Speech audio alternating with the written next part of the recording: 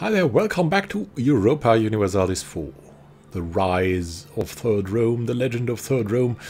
We're here and I wanted to have a look at... We had a look at the boyars last time. Or boyar, how they're called in like Romanian. I don't know how they're really called in Russian. I haven't found a sound file for that. So if anyone knows, please help. I wanted to talk about the Cossacks too. They don't have a big influence yet for us, but that may change if our heir is one time the king. He's a big fan of military, and so he might be a big fan of the Cossacks. What are the Cossacks? The Cossacks, as is said here, are the free people of the steppes. Now, what was so special about them? And they were, why were they like so relevant for this period? In this period, in the 15th century, they basically developed, or they were founded rather. And why were they called the free people of the steppes? They had some kind of semi-democratic society, like a free democratic society. They were moving around in groups, and so they were like a military democracy, settling on the sparsely settled areas of the steppes. And they were, of course, bound to their horses, which gave them great pride, and they were really progressive. So, in turn, they were really marking their name and developing own traditions, and they were also really progressive in their means of combat. So these free people of the steppes, what can we do with them? We could expand their register. That is something that could be done by the heir, and maybe like also give them some actual land once we get into Kazan, because then we can use them very easily. As you can see here, you can use military power to gain plus 15% land force limit modifier. So you have basically Cossacks joining your ranks, joining our ranks. And that's going to be quite good. And as you can see, they have no land yet.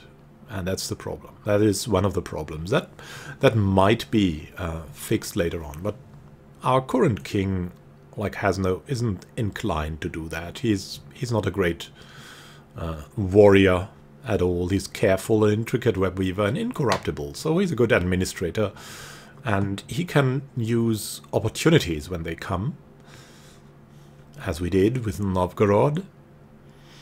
But otherwise, he's not that good. What we're currently working on here is trying to control our subjects. They have a big liberty desire now, mainly because they have better diplomatic technology than us.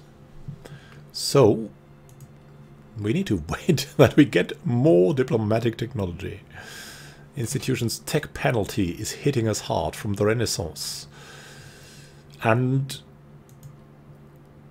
we might just try to get a way to get more patriarch authority, and then go for the institution embracement cost that goes down here. And the institution spread goes up. St. John the Climacus. That might be a good idea here. So that is one of our missions. The other mission is here. We want to incorporate Pskov. I hope I told it right this time. To incorporate Pskov into our country. Now that is something we cannot do at the moment, so we need that diplomatic technology because the liberty desire is over 50%. It's not critical, they won't break away, but we cannot annex them at the moment. So there is that. So let's start this at once and see what we can do. Also, what are our rivals doing? Like the Great Horde is probably preparing something. They're insulting us from time to time. Kazan is like another potential rival, is doing okay.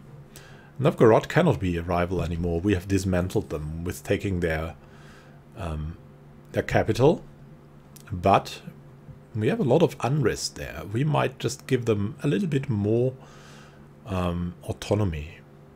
Like, just a little bit. We just have to do this because, yeah, the Novgorodian separatists are rising up, so we won't get anything from them now, but I think we have to do this because, yeah, the autonomy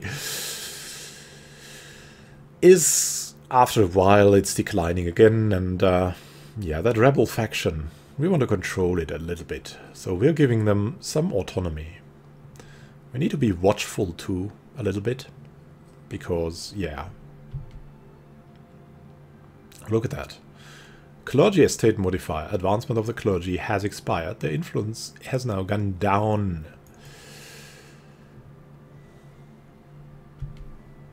So the unrest has gone down a bit. Let's see if we can stop the progress of the rebel faction here a bit. So now we can use the Russian ability of Reform Sudebnik. It's granted by the boyars, and like we can collect a maximum of 150, and we should really use it to decrease the autonomy by -10 in all our provinces again. So let's do that again. So we have a little bit more income at least again from Novgorod, and of course from the other conquered provinces too.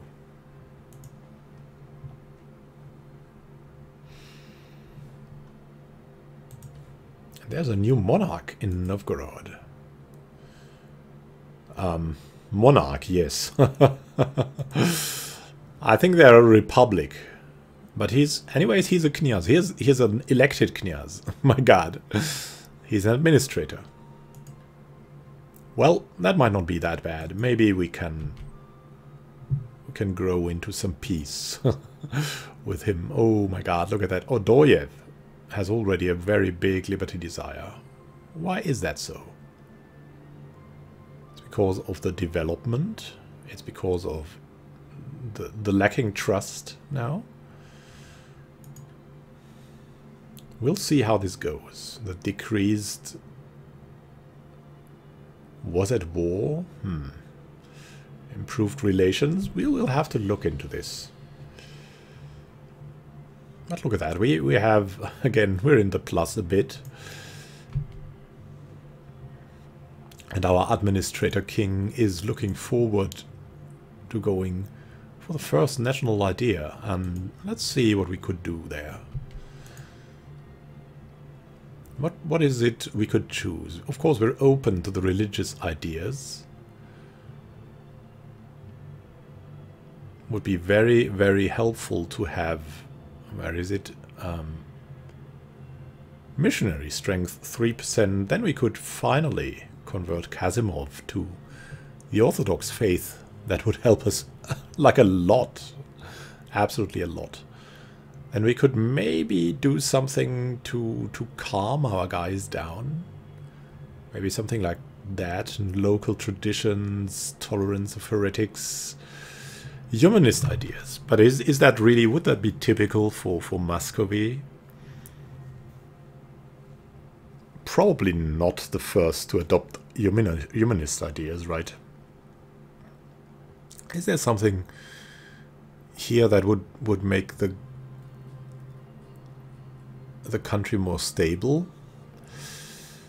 Maybe the culture conversion cost, but I'm not sure if it is really that good. I mean, we can only go for administrative ideas, really, as our ruler is some kind of tending to administration.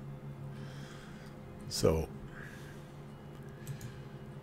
I mean, diplomacy is one of his weaknesses, so he won't take that. He won't go into that. But maybe military ideas would be okay too. Or we could have aristocratic ideas. They would certainly be good for us and our boyars. So that would be the other choice. So basically we could go religious or aristocratic. But as we're quite back in military technology, I think we should go for administration. And we can do that very soon, thankfully.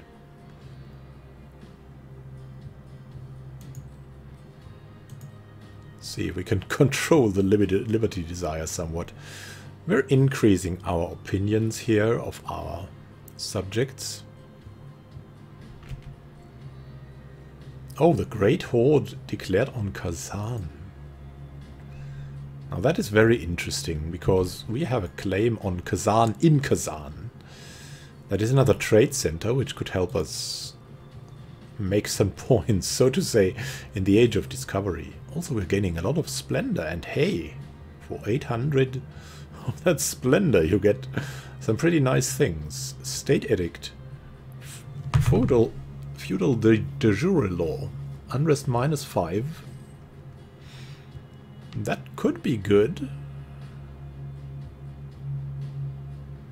Improved war taxes, cavalry armies.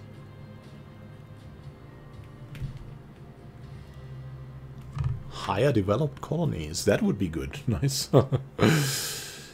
That might be something for the far future. So let's see how they're doing here. This might be another opportunity, but we're really not in a position to lead a serious war, so we'll see how that goes first. Let's see, yeah, of course, researching national ideas. Production efficiency goes up, yearly corruption goes down. What is not to like? Another group of ideas can be chosen, and I think I'm just going to adopt the religious ideas. Let's see. Or yeah, we're now ahead of time a bit. So we should definitely also, from a gameplay standpoint, go for some of these ideas. Administrative ideas could be good too. Really, from the roleplay, we want to be the next Rome. The next, like, the first Rome was of course Rome, but it lost its empire, so to say. And the next Rome, surviving Rome, was Constantinople, the second Rome. And now we want to be the third Rome with Moscow. And yeah, we want to get into the religion there a lot. So unlock the idea group of religious ideas. First would be missionary schools. That wouldn't help us anything. But church attendance duty is already nice, and divine supremacy is then something that will really help us.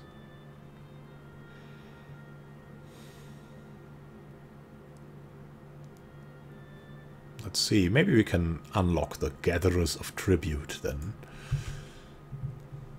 This will be just great. So, yes, the liberty desires are rising. Not a problem, though. Let's have a look how Kazan does. I think it's overrun by the Horde.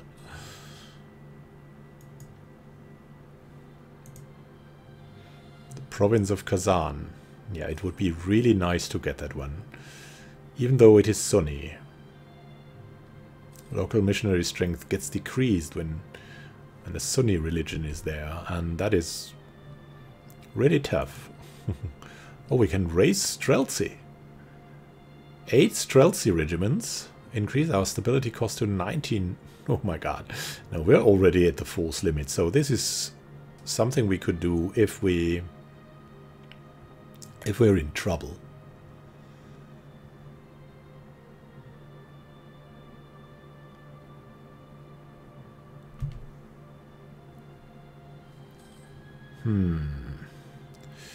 That would be good. Support Oprichnina. That is some kind of a purge on rebel factions. I could go into that in the next episode a little bit further, maybe when we can use it. It would be really good to bring the Novgorodian separatists down. Now we have a decision to make. Let's see. National epic. Our subjects have taken to telling tales and legends about Vasily I Rurikovich, so our father. The legend says that in Muscovy's darkest hour he will return to our nation and deliver it from evil. Regardless of the truth in that statement, we could use this in our propaganda. That would cost us some power, some ducats, and yearly prestige would go up by 1 for 20 years. So it would give us like 20 prestige for 10 power and 23 ducats, or we could lose prestige. Yeah, I'd rather get the prestige, because prestige is a little bit more. We can afford it from administrative power. It should be okay from the ducats too. I mean, we would really like to build a temple, but what can you do, right? It is as it is. Oh, we've discovered an agent from Denmark. Oh my god. Kazan, Viazama and Toropets are the claims on the... Yeah, we have also claims on Lithuanian provinces. In case that Lithuania missteps, we'll use that. Oh, the bourgeoisie request privileges now. Now they're coming. Now they're coming. We're on the side of the boyars. I don't know if we're on the side of the bourgeoisie. Probably not. But let's see what they want. The bourgeoisie class has grown increasingly resentful of the power of the noble families, and particularly the lack of opportunities in the higher ranks of government. There is something said to that. I mean, we're administrators. They could be useful to have. Their only route into power is to marry into poor but well-titled noble families or pry open positions in government circles. Could grant them privileges? Or we could deny them privileges. Let's have a look into the estates. Yeah, the burghers have been a little bit neglected. The boyars are really well off. We can balance that out. Should be good. We'll grant them some privileges.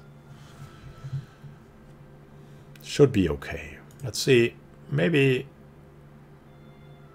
we can ask for a contribution. Not yet. Not yet. Yeah, that would be the nice thing to do, right? But in 67, we'll be sure to look at that again. Norway has been discovered while building a spy network. Oh, everyone's spying at us, and everyone wants to get our administrative power. It's really a plague we have there. That liberty desire. It's plaguing us.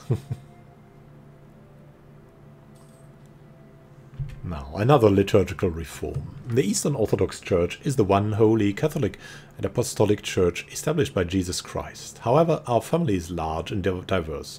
Patriarch is proposing some reforms to our liturgy that will bring our form closer to the other churches. The idea is bold and will strengthen the Church. We know that the superstitious and backward will reject this change. Now, will we support the reform? Or will be true to the old ways? I think we should support the reform. We're like... Usually... I mean, we're not in trouble with the legitimacy.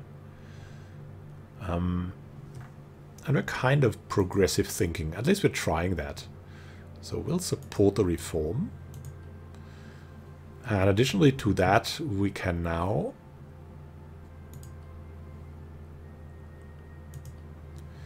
go for the icon of St. John Climacus. Institution embracement cost goes down. Institution spread goes up. We want to be a little bit more progressive here. So, let's see what we can do there. Maybe we can...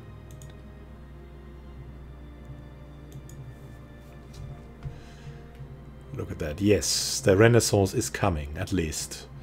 The Renaissance should be coming much quicker now. Yeah, that's what we want to do. We want to be a little bit progressive. Renaissance is at 58%, 12%. There's the Renaissance is beginning everywhere. Like here in Kostroma, of course, in Kostroma. We'll soon have some renaissance. Construction cost goes down, development cost goes down. Really progressive. Look at that. Can purchase an ability from our level of splendor. Now let's see. What should we do? What would be fitting for us? The feudal de jure law would help us and would also be fitting to control the land better. And it's a state edict, which means we can like go to Moscow and Moscow, and we would then have in that capital state like that edict to bring down the unrest. Here it is. Requires feudal de jure law. So that would be really helpful for a while.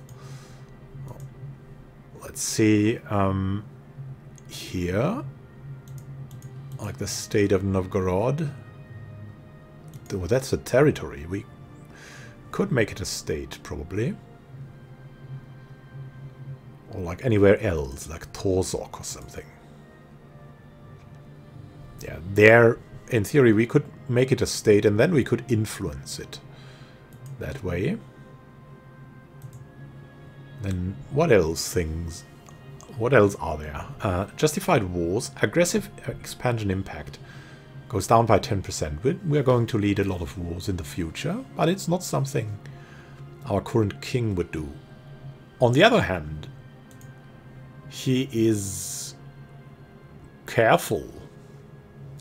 So that could play into his hands. That could support his view of war. Like you have to be careful. You have to justify it. I could transfer subjects. I don't know. I don't think I think we want to keep our subjects. Improved war taxes. War taxes goes down by 100%. Now what does that mean? We could raise war taxes. Cost of 50. And at no cost we could now raise war taxes. That is really big. I think that is very helpful. Then we had cavalry armies. 4 more cavalry ratio. That would definitely be a flavor thing to have, right? Make the army a little bit more costly, but would be really good. Adaptative combat terrain in the capital only. I don't think we need that. Higher developed colonies, we're not at the idea of colonization has evaded us. Also, I think it's either cavalry armies or maybe the justified wars or the de jure law. Yeah, I think we're going to embrace a little bit the idea of our cavalry armies until the start of the next age. So we'll build a little bit more cavalry in our armies. That is a proper thing to take for us representing the boyars and of course the Cossacks.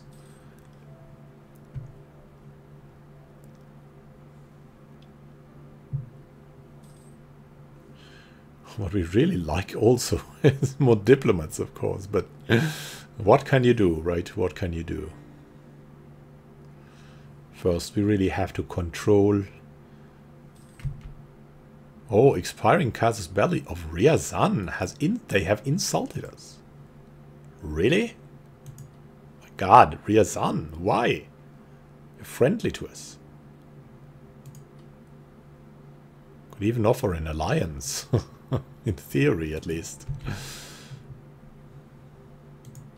But we have, as you can see here, full diplomatic relations. So all that we can muster. We'll soon progress on military technology, which is very helpful. We have so much bonus here, that is crazy.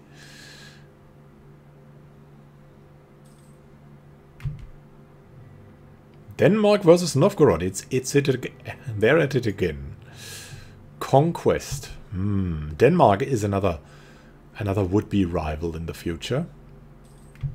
We're in no position to really lead war against Novgorod right now, because we already have rebel factions.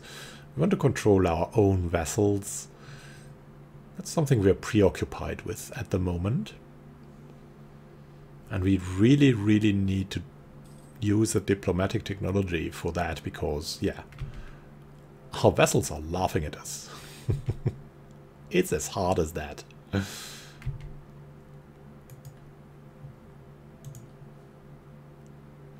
Yeah, look at that. Ooh, more and more people. Now, let's go for the Pike Square. Throughout the Middle Ages, cavalry's dominance was being challenged by disciplined pikemen. In battles such as Bannockburn or the Golden Spurs, cavalry was defeated by pikes. A combination of improved training and discipline and the addition of swordsmen to provide close combat support has raised this formation to the peak of its efficiency. So we have better cavalry then, and better infantry. Cavalry shock goes up. Very nice.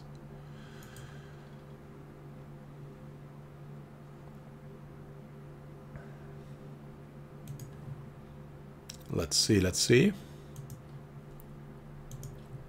Druzina cavalry. We could go Eastern Knights. No, we'll go Druzina, and Bajic is still alright. That only goes up. Alright, alright. Eastern medieval. No, we'll go for the Eastern tech. You need at least 2 rivals? Oh, we only have 1 rival. Lithuania. Who else could we choose? Denmark or the Great Horde? Well, Denmark is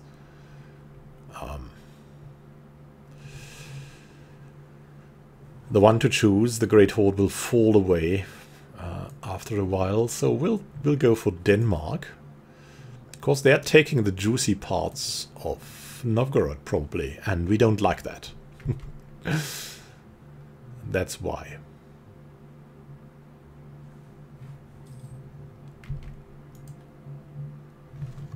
Ah, their capital is Yellen, yes. Kazan is no longer a valid rival.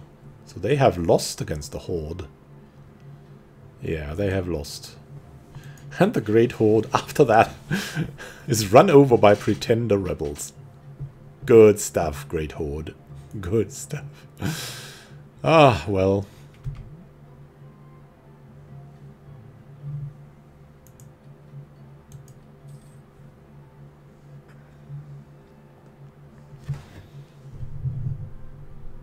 Let's see what we can do. Really hoping for an improvement here in the technology department of the diplomacy, because really our subjects are laughing at us. And now look at that. How did that come? The relative power has gone down. Something has happened to our relations, that the liberty desire has gone down dramatically. Some of our grain farms are having an excellent year, allowing us to feed more troops and so increasing our manpower. Oh, nice. So, Pskov. We could start to integrate them soon. Is that already possible? Nearly at the maximum.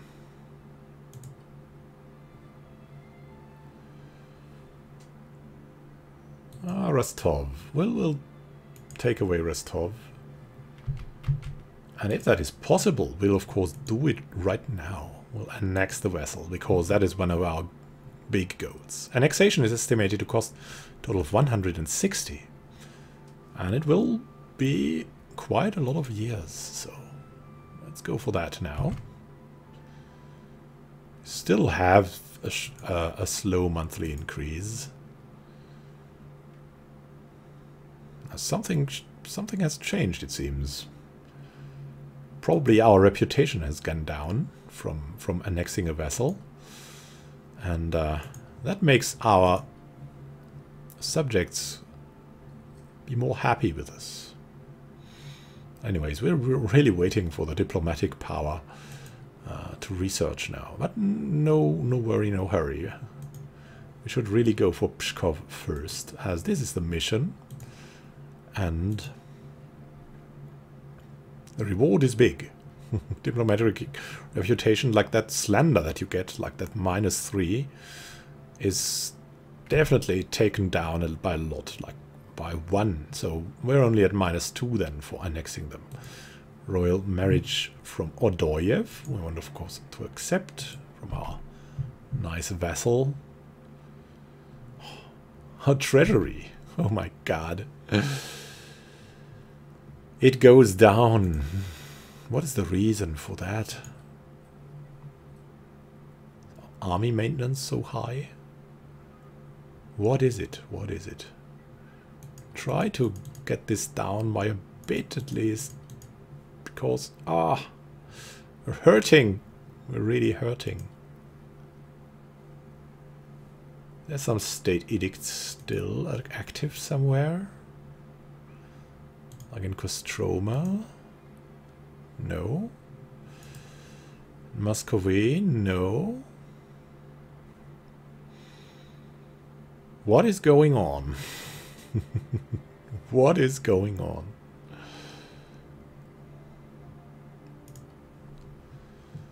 Could we go for something here that would maybe help us? Could go for an advancement effort. That would really be something. I mean, let's see. The Renaissance is currently stalled at 0%. Why?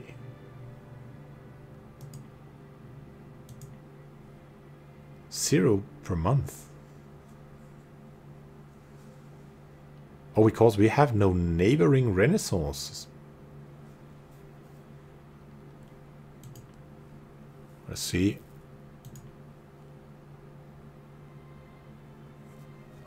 It's the development of the province that makes Renaissance possible.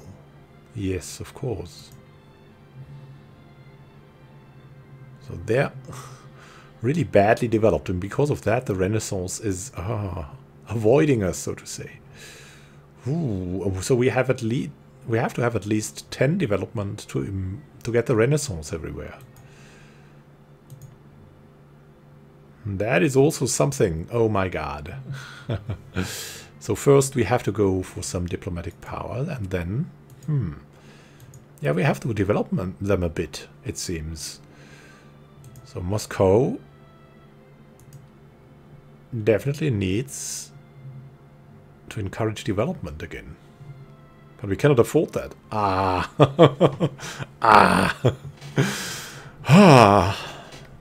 We're really a little bit in trouble here. How to get more money?